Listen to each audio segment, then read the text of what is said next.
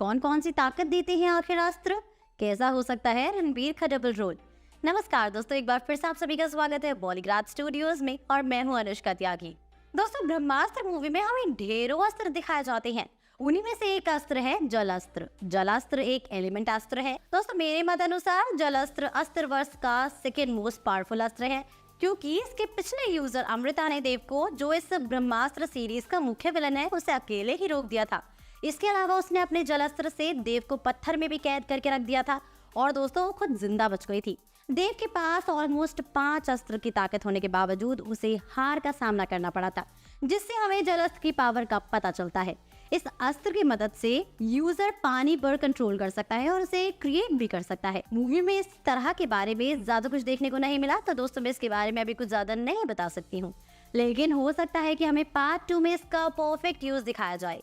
ब्रह्मास्त्र movie के एक scene में दोस्तों अमृता इस जलास्त्र के यूज से सुनामी भी ला देती है, यानी कि हम ये भी कह सकते हैं कि ये सबसे पावरफुल अस्त्र है ब्रह्मास्त्र के बाद इस यूनिवर्स का।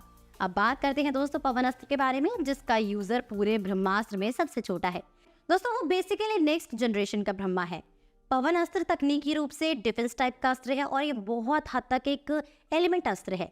इस अस्त्र के इस्तेमाल से इसका यूजर लोगों को हवा में अपने इशारों पर नचा सकता है, लेकिन मेकर्स ने इसे एक फाल्कन से कनेक्ट दिखाया है, तो दोस्तों कुछ कहा नहीं जा सकता कि ये कितना पावरफुल है और इसकी पावर कैसे काम करती है। दोस्तों इसके बाद आता है प्रभा अस्त्र, जिसे अमिताभ बच्चन का कैरेक्टर यानी कि गुरुजी यूज करते हैं। दोस्तों जहां बाकी के अस्त्र या तो एनिमल स्पिरिट या एनिमल पावर को यूज करते हैं, वहीं प्रभा अस्त्र इनमें से किसी भी चीज का यूज नहीं करता, जिसका मतलब ये है कि ये उस तीसरी कैटेगरी वाले अस्त्र में आता है जिसे मैंने आपको कल बताया था। इस अस्त्र की सिर्फ यही एक शक्ति दिखाई दी है कि वो तलवार जैसी चीजों को बनाता है, लेकिन दोस्तों मूवी में इसे स्वॉर्ड ऑफ लाइट कहा गया है, तो डेफिनेटली इसका कोई और यूज भी होता होगा। दोस्तों ब्रह्मास्त्र के एक सीन में शिवा भगवान से मदद मांगता है, तभी एक लाइट आती है और वो न्यूज़पेपर की तरफ इशारा कर देती है, जो मोहन भागवत की डेथ की खबर है।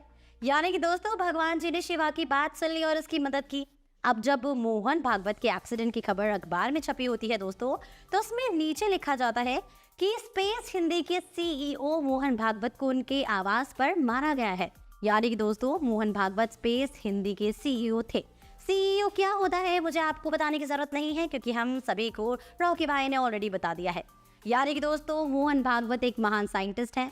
स्वदेश मूवी में शाहरुख खान भी ब्रह्मास्त्र के मेंबर थे और हो सकता है कि आगे चलकर ब्रह्मास्त्र को स्वदेश से जोड़ा जाए या स्वदेश के थोड़े पार्ट को ब्रह्मास्त्र मूवी में दिखाया जाए, क्योंकि दोस्तों दोनों ही फिल्मों में शाहरुख खान के कैरेक्टर का नाम मोहन भागवती है और वो दोनों में साइंटिस्ट ही हैं। अब दोस्तों ब्रह्मास्त्र के एक सीन में मंदिर के अंदर जब ईशा और शिवा दोनों करीब आने लगते हैं, तो मंदिर के जो दीपक होते हैं, खास तौर पर भगवान जी की मूर्ति के सामने रखा हुआ दीपक, वो दीपक रेड होने लगता है। इसका मतलब ये है कि दोस्तों दीपक अब शिवा के कंट्रोल में आने लग जाता है और शायद इसे किसी ने नोटिस नहीं किया। पूरे ब्रह्मास्त्र मूवी में जब जुनून ब्रह्मास्त्र के टुकड़े को अपने हाथ में लेती है, तो उसके बाद सीधा हमें दिखाया जाता है कि देव की आंखें जग उठती हैं।